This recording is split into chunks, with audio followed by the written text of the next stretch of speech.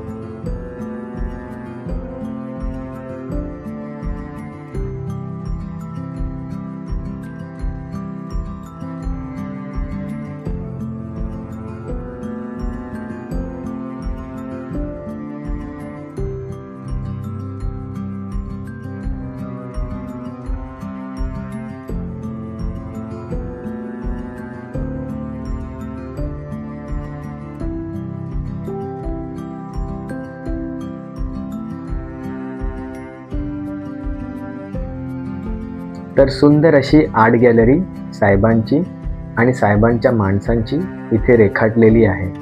अक्षरशः पाहताना तिकडून पाय निघत नव्हता.